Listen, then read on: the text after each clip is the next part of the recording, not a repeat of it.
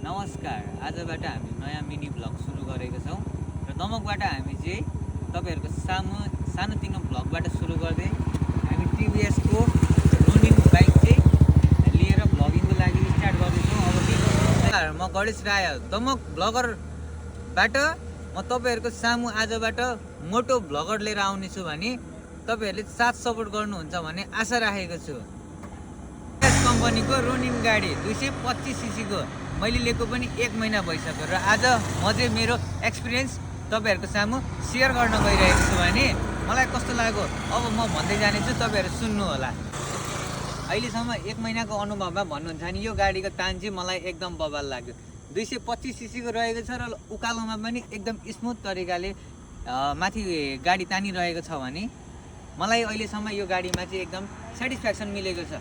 र अनि भन्नुहुन्छ पानी, अब हाम्रो गाउँ सहरको बाटो त्यस्तै छँदैछ, तपाईँहरूलाई थाहा छँदैछ, यो कुरा मैले भन्नु पर्दैन। र चक्का टायर भन्नुहुन्छ भने एकदम बबाल छ, पानी हिलो हेरेर केहीमा नचिप्लिने एकदम बबाल चक्का रहेको छ भने मलाई चाहिँ अहिलेसम्म एकदम सन्तुष्ट प्राप्त गराएको छ भने यो गाडी चाहिँ अहिलेसम्म मेरो लागि एकदम सन्तुष्टि प्राप्त दिने खालको नै रहेको छ। यसको स्पिडको कुरा गर्नुहुन्छ भने चाहिँ मैले 100 सम्म कुदाउँदाखेरि चाहिँ एकदम स्मुथली कुदेको छ भने 100 क्रस गरेपछि चाहिँ यो गाडी अलिकति हल्का हल्का भाइब्रेसन आउँदो रहेछ र 120 सम्ममा चाहिँ मैले आज ट्राई गरेँ, एकदम राम्रो लाग्यो।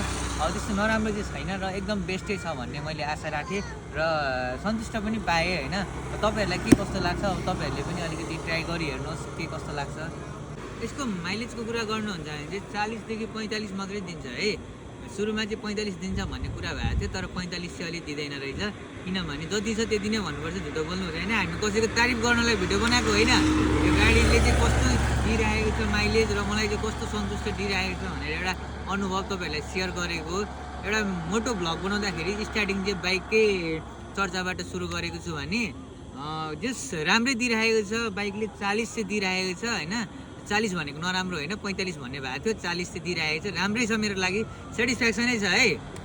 लुक्सको कुरा गर्नुहुन्छ भने चाहिँ एकदम क्लासिक टाइपमा रहेको छ भने तपाईँहरूले हेर्न सक्नुहुन्छ है लुक्स चाहिँ।